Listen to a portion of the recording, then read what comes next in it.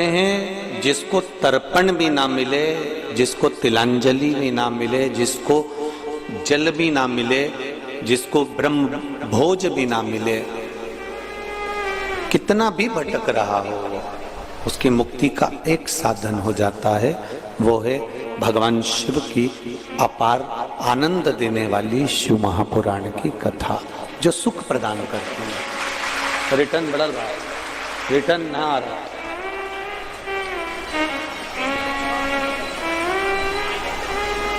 शिव भक्ति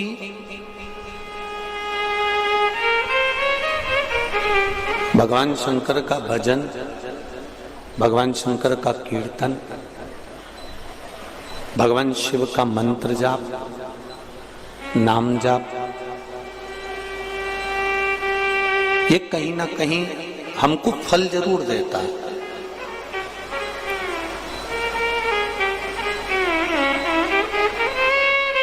तीन तीन पंडाल में आप लोग खचाखच भरे हुए बैठे हो, और हमने देखा कि बड़ोदरा में ये कथा स्थल का जो ग्राउंड है वो एकदम थोड़ा बाहर की ओर है। 20-25 मिनट हमको भी यहाँ तक पहुँचने में लगा है, तो आपको भी कम से कम 20-25 मिनट तो यहाँ तक पहुँचने में लगा ही होगा, ये निश्चित है। पर बड़ोदरा में पहली बार आना हुआ, और पहली बार आने के बाद पहले दिन की ही कथा में एक बात कहना चाहूँगा कि बड़ोदरा की सभ्यता और संस्कृति और संस्कार बहुत अच्छे हैं।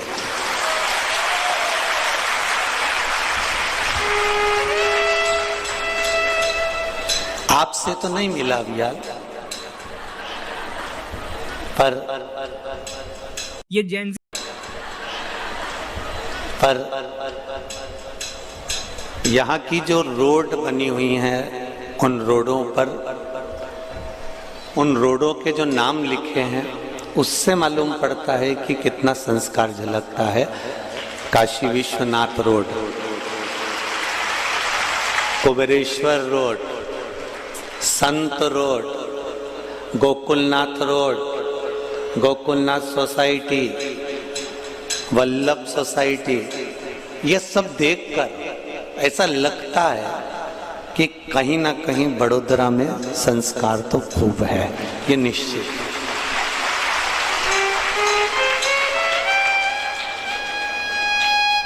अब ये जब रोड का नाम काशी विश्वनाथ रख सकते हैं, सोमनाथ रख सकते हैं, जिस पंडालों में आप बैठे हो उस पंडाल में भी सोमनाथ, मल्लिकार्जुन, नागेश्वर, 12 ज्योतिर्लिंग पर नाम रखा है, तो इतना तो विश्वास है कि तुम्हारी औलाद का नाम भी तुमने टिक्कू पिक्कू नहीं रखा होगा, ये तो निश्चित होगा। तुमने भी भगवान के भजन के मूल में, भगवान स्मरण के मूल में, भक्ति के मूल में नाम रखा हो।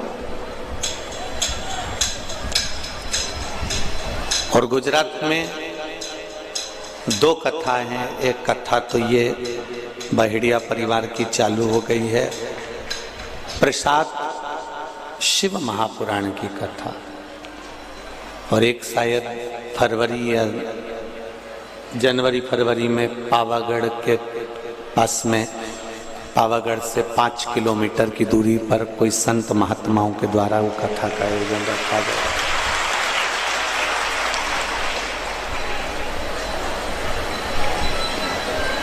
शिव कथा जितने भी लोग श्रवण करने आए हैं, चाहे पंडाल के अंदर बैठे हों चाहे पंडाल के बाहर बैठे हों, एक चित्त लगाकर, मन लगाकर श्रवण करना और उस परमात्मा से विश्वास रखकर, उस परमात्मा से अपने दिल की बात कहते हुए 7 दिन की कथा को नियम से श्रवण करना। जितने लोग आस्था चैनल के सामने सुन रहे हो, चाहे फेसबुक यूट्यूब पर सुन रहे हो, उनसे भी कहेंगे दिल लगाकर श्रवण करो।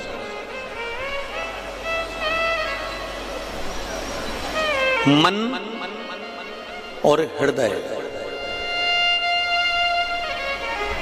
इन दोनों का जो दरवाजा है ना वो बड़ा विचित्र है।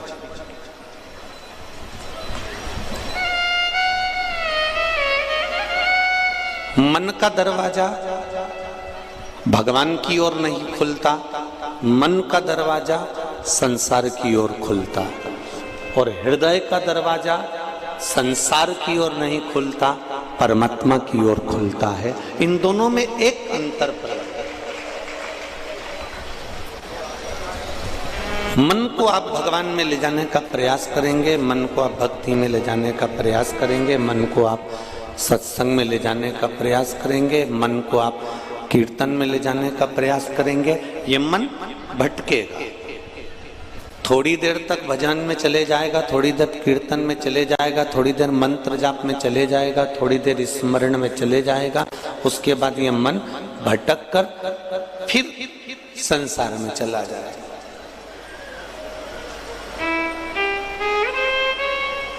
पर हृदय, चित्त, वृत्ति एक बार अगर परमात्मा के दरवाजे पर चली गई तो फिर ये हृदय, ये चित्त, ये वृत्ति फिर भटकती नहीं है, फिर एकाग्रित हो जाती है परमात्मा के चरणों की। तेरी कृपा बिना न हिले एक भी अणु, लेते हैं श्वास तेरी कृपा से तनु तनु। बखान क्या करूं मैं राखों के ढेर का, चपटी भभूत में खजाना कुबेर का। ओमकार तू आयो शरण पिया, शंभो तार तार तू। ये हृदय का जो दरवाजा है, हृदय का जो द्वार है, वो परमात्मा की ओर खुलता है, और मन का जो द्वार है, मन का जो दरवाजा है, वो संसार की ओर खुलता है।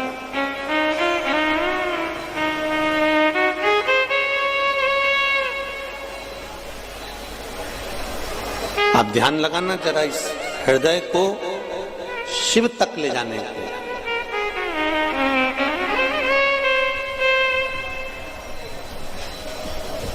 पूरा राष्ट्र शिव प्रसाद, शिव महापुराण की कथा को सुनने के लिए ललायित है। संपूर्ण राष्ट्र 2 दिन से लगातार लोगों के मैसेज आ रहे हैं कि शिव प्रसाद कथा की बड़ी उत्सुकता है कि शंकर जी के प्रसाद की महत्वता को हम जानेंगे।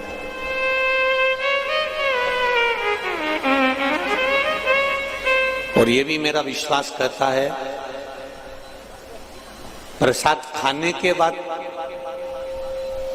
आनंद जरूर आता है, चाहे नाथद्वारे का प्रसाद खा लो, चाहे सांवरिया सेठ का खा लो, चाहे तिरुपति का खा लो।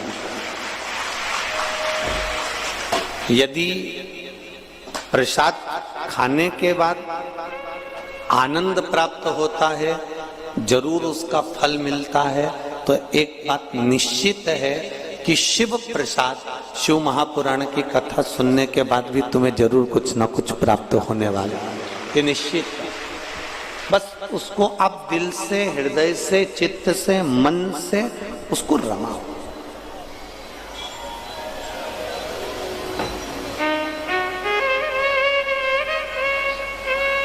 आप जितना हृदय से सुनेंगे,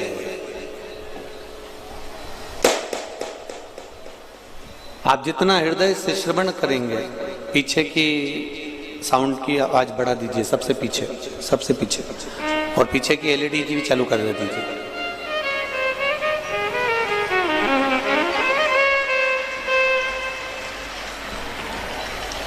आप जितना चित्त को, हृदय को मन लगाकर इस चित्त को लगाकर जितना श्रवण करेंगे उतना सुख का अनुभव होगा।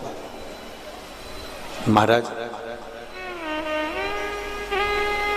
शिव महापुराण की कथा कह रही है।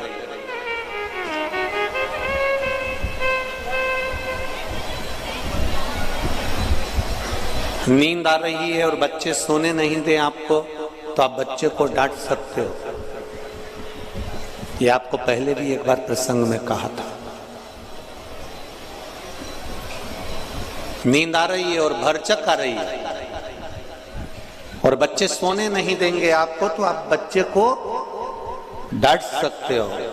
पर नींद आ रही है और मक्खी कान में भिन भिन कर रही है, या मक्खी तुम्हारे सामने आकर घूम रही है, तुम्हें सोने नहीं दे रही है, तो क्या तुम मक्खी को डांट सकते हो? अरे बोलो तो जरा बड़ोदरा वाले, डांटोगे?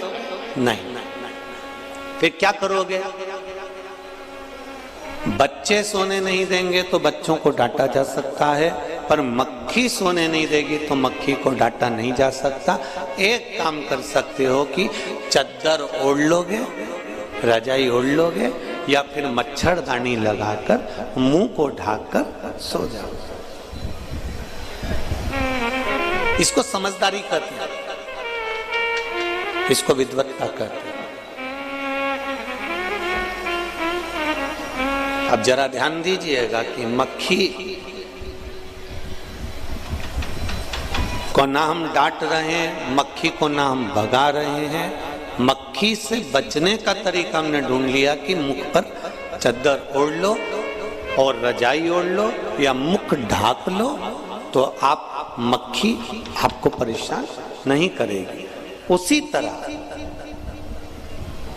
संसार सागर में, कुटुंब में, नातों में, रिश्तों में, कबीले में, परिवार में अगर ये मन भटक रहा है और ये संसार के लोग, परिवार के लोग, कुटुंब के लोग जितने भी हैं, ये आपको भटका रहे हैं, आपके मार्ग से आपको हटा रहे हैं, तो शिव महापुराण की एक चादर एक दिन ओढ़ कर सो जाइए, अपने आप ये मक्खियां भिन भिनाना बंद कर दो।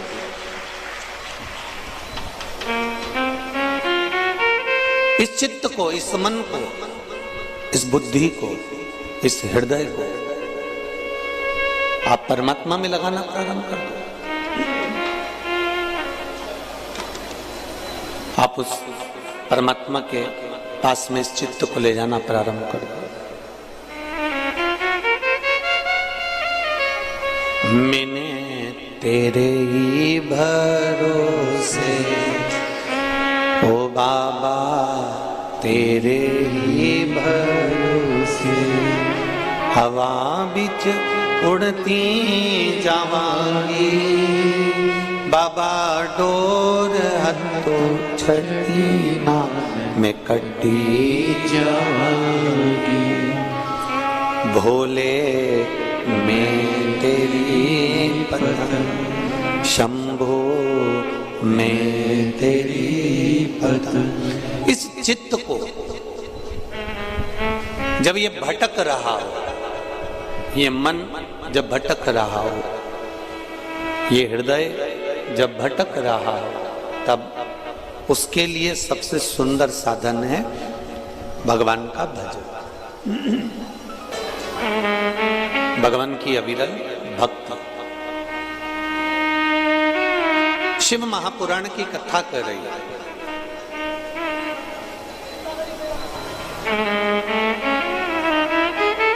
एक देवराज नामक का ब्राह्मण,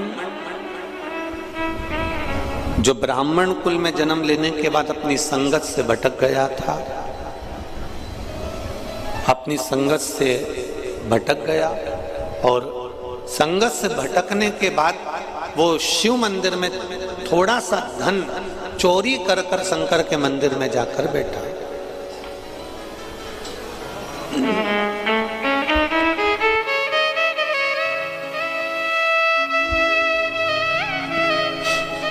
शिव मंदिर में जाकर वो बैठा।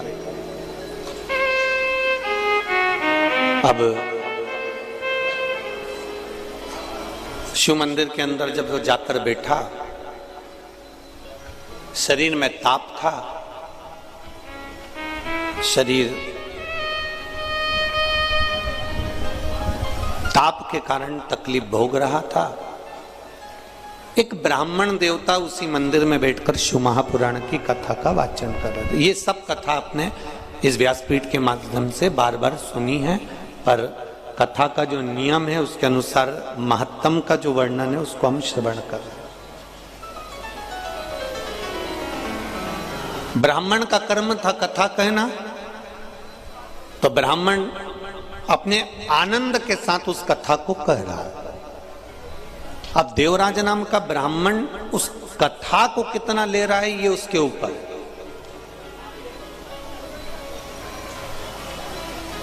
देवराज नाम का ब्राह्मण उस कथा को कितना प्राप्त कर रहा है ये उसके हाथ में।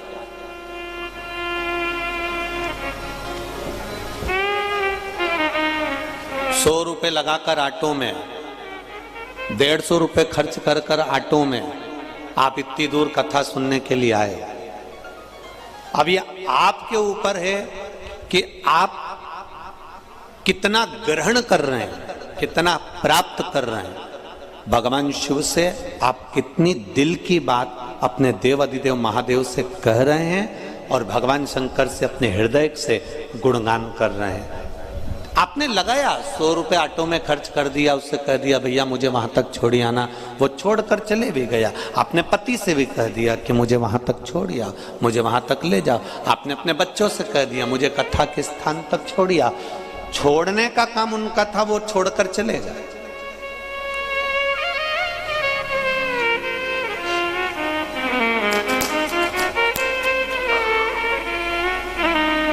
भेजने का काम उनका था, उन्होंने भेज दिया। अब जितने लोग इस कथा में श्रवण करने के लिए बैठे हैं इन पंडालों के अंदर, दोनों तीनों पंडाल और जो बाहर के पंडाल हैं उनके अंदर जहां जहां आप लोग बैठे हुए हो, तो ये अब आपके ऊपर है कि आप इसमें कितना ग्रहण कर रहे हो, कितना प्राप्त कर रहे हो।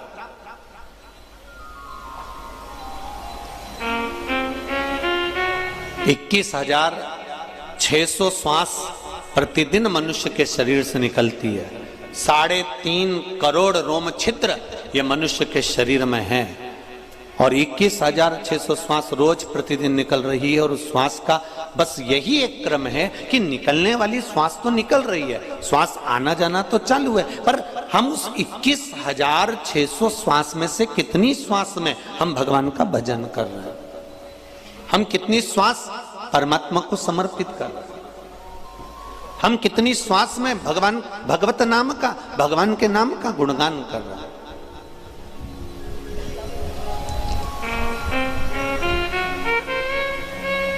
यहां मंडपिया से, सांवरिया सेठ मंदिर से स्वयं सांवरिया जी पधारे हैं, ब्राह्मण देवता सांवरिया जी को लेकर पधारे हुए हैं, पुजारी जी खुद भगवान सांवरिया जी को लेकर पधारे हैं। अब ये हमारे ऊपर है कि हम सांवरिया जी का दर्शन किस भाव से करते।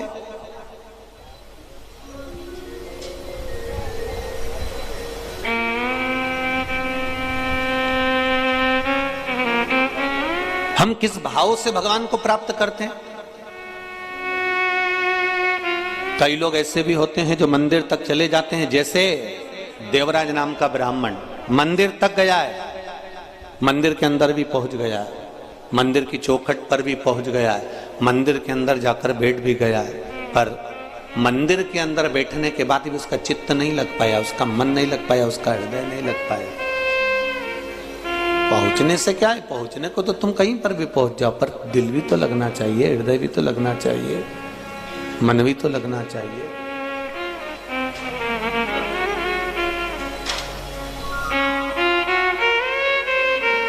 पहुंच गए मंदिर तक। देवराज नाम का ब्राह्मण मंदिर में जाकर बैठ भी गया, पहुंच भी गया, और ब्राह्मण जो शिव महापुराण की कथा का वाचन कर रहे हैं, ब्राह्मण जो शंकर भगवान की कथा कर रहे हैं, वो ब्राह्मण जय घोष भी कर रहे हैं।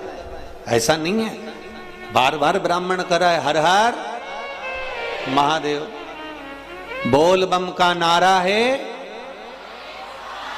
जम के बोलो जरा, बाबा एक सहारा है। अब वो चिल्लाए भी, आवाज लगाए भी, बोले भी, पर देवराज की चित्तवृत्ति, देवराज का मन वह नहीं पहुंच रहा।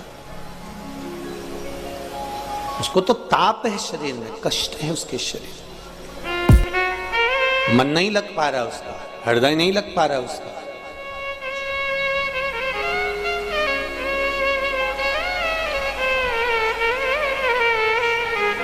तब देवराज मंदिर से बाहर निकल गया। उसने कुछ लिया नहीं है उस मंदिर से, उस मंदिर से उसने कुछ प्राप्त नहीं करा, उस मंदिर से उसने कुछ लिया नहीं। मंदिर से बाहर देवराज पहुंच गए, एक बेलपत्री के वृक्ष के नीचे जाकर बैठ गए। अभी भी उसका मन, अभी भी उसकी चित्तवृत्ति भगवान के प्रति नहीं है। ब्राह्मण देवता ने जो शिव महापुराण की कथा कही, उसमें उसको लगा कि महाराज बार बार क्यों चिल्ला रहा है, हर हर महादेव क्यों बोल रहा है, और इतनी तेज तेज हर हर महादेव बोल रहा है, मेरा सिर दुख रहा है, और वो चल दिया।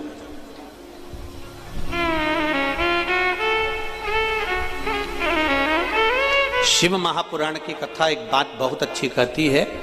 शिव महापुराण का कुमार खंड कह रहा है, यदि शिव महापुराण की कथा जहां होती है, जिस क्षेत्र में होती है, उस क्षेत्र से निकलकर कोई व्यक्ति अगर अनायास अंदर कथा स्थल तक पहुंचा भी नहीं है, वो भगवान की कथा में पहुंचा भी नहीं है, वो कथा में गया ही नहीं है, उसके बाद भी वो व्यक्ति केवल मार्ग से बाहर से निकल कर जा रहा है, और कोई कथा श्रवण कर कर जाने वाले व्यक्ति या कथा के मार्ग से जाने वाला व्यक्ति उसके सम्मुख में अगर आ भी जाता है और उसकी भूल से भी दृष्टि उस व्यक्ति पर पड़ जाती है, तो उसकी 71 पीढ़ी आपरूप तर जाती है। मात्र शिव महापुराण के कथा का रसतत्व ग्रहण करने वाले जीव का दर्शन मात्र से ये जीव फल प्राप्त कर जाता है।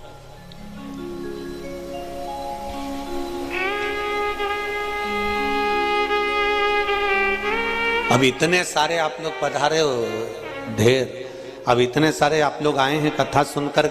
जिस ऑटो में बैठकर जाओगे, गाड़ी में बैठकर जाओगे, कोई अगर कथा में नहीं भी आया है ना, तो वो गाड़ी में बैठे हो ना, तो उस गाड़ी में भी अगर तुम्हारे कपड़े का स्पर्श भी हो गया, तुम्हारे से छूकर कोई हवा उस तक पहुंच भी गई, तो अब जरा विचार करो, इतने आए हो, और जो बड़ोदरा के नी भी आए ना, ये निश्चित है शिव महापुराण की कथा उन तक का कल्याण करने वाली है। क्योंकि कहीं ना कहीं किसी ना किसी रूप में ये पवन, ये हवा, और आप जिस मार्ग से, जिस कॉलोनी से, जिस सोसाइटी से, जिस रास्ते से आए हो, वहां तक तो जाओगे, अपने घर तक तो पहुंचोगे।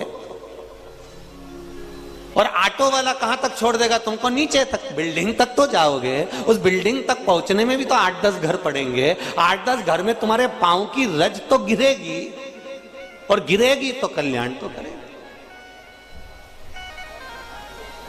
अभी कथा हुई थी इंदौर में, तो हमने कहा था वो कोरोना की जो बीमारी होती है ना, उसकी जो कोरोना का जो इन्फेक्शन है, जो बीमारी है, काय से फैलती है? छुआछूत से। तुमने कोई का कपड़ा छू लिया, बीमारी लग गई। बोलो सही है कि गलत है? अरे जम के तो बोलो, सही है। तुमने कोई हाथ लगा लिया, बीमारी हो गई। कोई गेट छू लिया, बीमारी हो गई। हॉस्पिटल का कोई सामान छू लिया, बीमारी हो गई। सब्जी का बैग उठा लिया। इसलिए पहले जब जैसे ही कोरोना चला तो पहले ही मना कर दिया कि सब बंद कर दिया। बंद करने का कारण क्या था? तुम्हें घर में लाकर बिठा दिया कि तुम कहीं जाओगे नहीं तो छुओगे नहीं। पर फिर भी लोग इतने चतुर हैं, इतने चतुर हैं कि इनका तो मन ही नहीं करता ना बिगर जब तक घर से नहीं निकल जाए। तो कैसे भी, मैं अब भी घूम के आया, भले कोई नहीं निकला तो भी गाड़ी से भुर भुर करके। अब कह रहा मैंने तो किसी को छुआ ही नहीं। कहां गया था?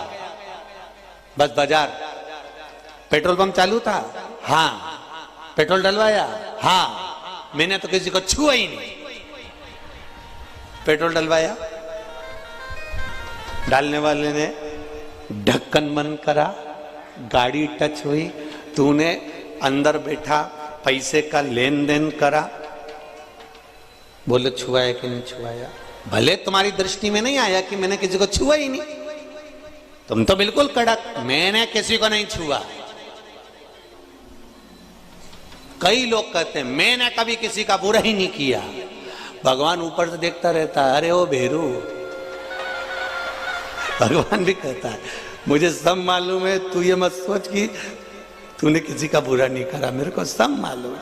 अभी 3 दिन पहले की बात है, बैठा हुआ था बाहर गार्डन में और बैठे बैठे एक मच्छर तेरे ऊपर आके बैठ गया और तूने अब बोल रहा है कि मैंने किसी का बुरा ही नहीं किया। निपटाया कि निपटाया है? अब कहे लोग कहने वाले मैंने किसी को नहीं छुआ, इसके बाद भी हमारे घर में बीमारी आ गई, समझ में नहीं आया, फिर भी कोरोना आ गया। स्पर्श मात्र से अगर कोरोना बीमारी फैल सकती है तो ये शिव महापुराण की कथा कर रही है, सुनकर जाने वाले के मात्र स्पर्श दर्शन उसके चरण की रज से भी मेरे शिव की करुणा हो सकती है, कृपा हो सकती है, ये निश्चित।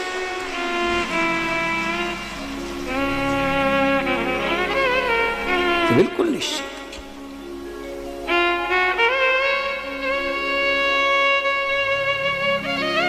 प्रसाद शिव महापुराण की कथा चल रही है और प्रसाद का मतलब क्या होता है? प्रभु का साक्षात दर्शन। प्रसाद जो अपन लिखते हैं प्रसाद, उसका मतलब ही केवल इतना है कि प्रभु का साक्षात दर्शन।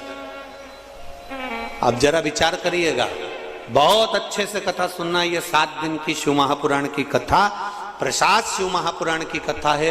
पूरा देश सुनने के लिए बैठा हुआ है और बड़ी ललकता से लोग फेसबुक यूट्यूब तक चालू कर करके बैठे हैं कि हमें प्रसाद की महत्वता समझना है। तो सबसे पहले देवराज की कथा से प्रसाद की शुरुआत करते हुए अपन आगे बढ़ते हैं कि प्रसाद की मूलता क्या।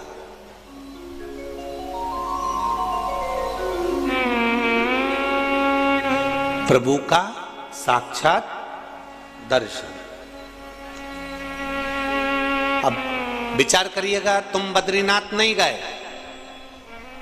तुम्हारा रिश्तेदार बद्रीनाथ गया और बद्रीनाथ से प्रसाद लेकर आया और तुम्हें दिया।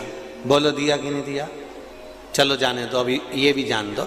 आज की ही बात देख लो, हमारे बहेड़िया परिवार में हम लोग रुके हुए, अब आज हमारी ट्रेन भी लेट हो गई 3-4 घंटा। तो अब भगवान भी पूरी परीक्षा लेता है।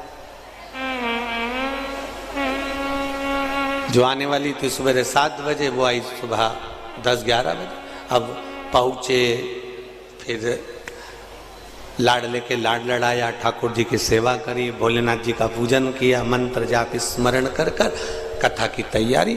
कथा में पहुँच गए, फिर पूछा जजमान से, क्यों कितनी देर का रास्ता है? बस में पहुँच जाएंगे।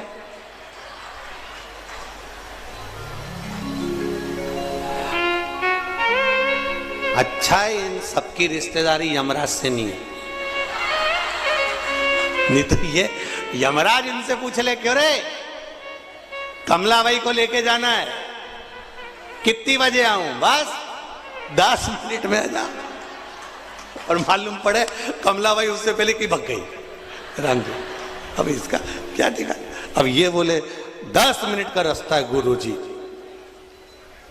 स्टेशन से चले थे जब भी यही बोले थे 10 मिनट में घर पहुंच जाएंगे, और घर से चले अभी कथा स्थल तक तो भी यही बोले 10 मिनट में कथा स्थल।